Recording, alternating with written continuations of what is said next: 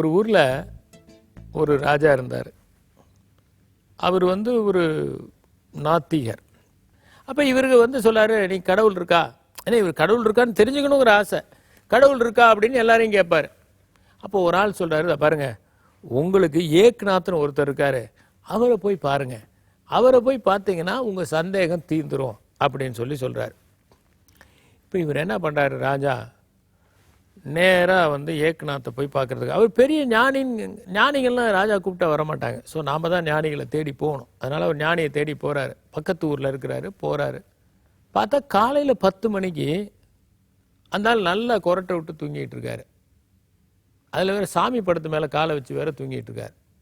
இவருக்கு இவர் என்னதான் இவருக்கு கொஞ்சம் சந்தேகம் இருந்தாலும், கடவுள் இருக்கிறாரா இல்லையாங்கிற சந்தேகம் இருந்தால் கூட, இவருக்கு ஒரு சின்ன இது என்னென்னா, என்ன அது நாமெல்லாமே 6 மணிக்கு எந்திரிச்சிருவோம், ஞானிகள்னா ஒரு 4 மணிக்காவது எந்திரிக்க வேணாமா? அவர் என்ன இப்படி சாமி படத்தை நோக்கி காலை வச்சுக்கிட்டு இப்படி சாவகாசமாக படுத்திருக்கிறாரு, இவர் உண்மையான ஞானியா அப்படின்னு ஒரு சந்தேகம். சரி, வந்ததே வந்துட்டோம், பார்த்துக்கலாம் அப்படின்ட்டு கொஞ்ச நேரம் கழிச்சு அவர் இப்படி எந்திரிச்சு ராஜாவை பார்த்தோன்னே, வாங்க வாங்க வாங்க உட்காருங்க அப்படின்னார். இவர் கொஞ்சம் கூடுதலாக மரியாதை கொடுப்பாருன்னு எதிர்பார்த்தா அவர் கொடுக்கல. சரி உட்கார்ந்தார். சொல்லுங்கள் என்ன சமாச்சாரம் அப்படின்னு. இல்லை, எனக்கு கடவுள் இருக்கிறாரா இல்லையாங்கிற கேள்விக்கு விடை தெரிஞ்சாகணும். அது கடந்து போகுது, உங்கள் கையை கொஞ்சம் காமிங்க அப்படிங்கிறார்.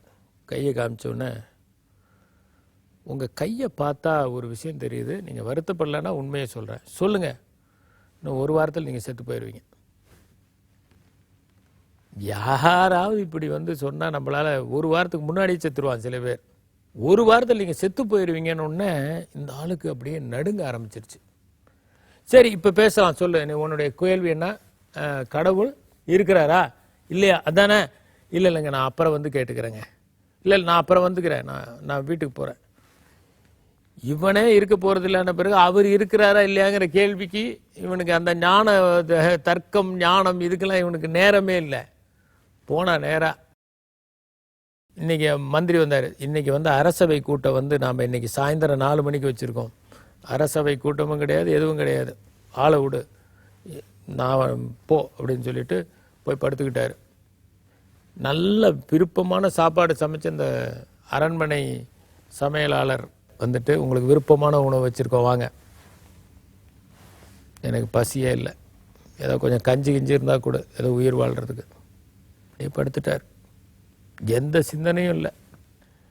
ஐயோ, ஒரு நாள் ஆகிப்போச்சு, இன்னும் 6 நாள் தான், அடுத்த நாள் இன்னும் 5 நாள் தான், சாப்பிடல. எப்போவுமே நல்ல அருமையாக ட்ரெஸ் பண்ணிக்குவார், அதே ட்ரெஸ் தான். ஏக்நாத்தை போய் பார்க்கறதுக்கு என்ன ட்ரெஸ் போட்டாரோ அதே ட்ரெஸ் தான். குளிக்கலை, நல்ல நறுமண திரவியம்லாம் அடிச்சுக்குவார், எதுவுமே கிடையாது. சாக போகிறவனுக்கு எதுக்கியா நறுமண திரவியம்? 4 நாள் ஆச்சு, 3 நாள் ஆச்சு, இழைச்சி போயிட்டான். ஒரே வாரத்தில் அடையாளம் தெரியாத அளவுக்கு அந்த மண்ணை நிலச்சிட்டான். 7வது நாள், இன்னைக்கு தான் முடிய போகுது, எப்போ முடியுதோ. திடீர்னு பார்த்தா இந்த ஏக்நாத் வந்தார். என்ன மன்னரே, எப்படி இருக்கிறீங்க? பார்த்தா தெரியலையா? சாக போகிறவன் எப்படியா இருப்பான்? உட்காருங்க உட்காருங்க. இப்போ நம்ம கேள்வி பற்றி பேசலாமே, கடவுள் இருக்கிறாரா இல்லையான்னு. அதெல்லாம் ஒன்றும் வேணாங்க. நான் பாருங்கள், நான் சும்மா தாங்க சொன்னேன். சும்மா சொன்னீங்களா? சும்மா தாங்க சொன்னேன். பார்த்தீங்களா, நீங்கள் இந்த ஒரு வாரமாக வேறு எதையாவது பற்றி சிந்திச்சிங்களா? உங்களுக்கு உயிர் போகுதுன்னு எல்லாத்தையும் விட்டுட்டு நீங்கள் எவ்வளோ கவலைப்பட ஆரம்பிச்சிங்க பார்த்தீங்களா? இப்போ புரிஞ்சுக்கங்க, லைஃப்பில் கடவுள் இருக்கிறாரா இல்லையாங்கிற கேள்வியெல்லாம் எப்போ நாம் வருதுன்னா திருப்தியாக இருக்கும்போது தான் வருது. கொஞ்சம் மனசங்கடம் வந்தால் கூட நம்ம என்ன பண்ணுறோம், நம்ம அடிப்படை கேள்வி நம்ம தேடலையே விட்டுடுறோம். இதை புரிஞ்சுக்கங்க. முதல்ல நான் சும்மா தான் சொன்னேன் அப்படின்ன பிறகு அவன் தெளிவானான். பல நேரங்களில் பார்த்தீங்கன்னா நம்முடைய ஞான விசாரங்கள்லாம் எப்போ வருதுன்னா கவலை இல்லாதப்ப தான் வருது. அடிப்படை விஷயங்களே பாதிக்கப்படும் போது ஞான விசாரங்கள் எங்கேயோ போயிடுது. ஆனால் சில பேர் அடிப்படையான விஷயங்கள், இப்போ கடைசி நொடியில் கூட, உயிர் போக போகிற நொடியில் கூட பார்த்தீங்கன்னா அதை பற்றி கவலைப்படாமல் ஒரு சமூக சிந்தனையோடு வாழ்ந்தவங்க இருக்காங்க. உயிர் இன்னும் ஒரு நிமிஷம் தான் இருக்க போகுதுன்னா அதை பற்றி கூட கவலை இல்லை. அந்த டைமில் கூட ஏதோ ஒரு உதவி செய்ய முடியுமா, யாருக்காவது உதவ முடியுமா? நான் பார்த்தேன், ஒரு அம்மா வந்து எர்த்குவேக்கில் அடிபட்டிருக்காங்க. அந்த அம்மாவை காப்பாற்றுறதுக்காக ஒரு ஆஃபீஸர் போகிறாரு. கிட்டத்தட்ட உயிர் போகிற நிலைமை.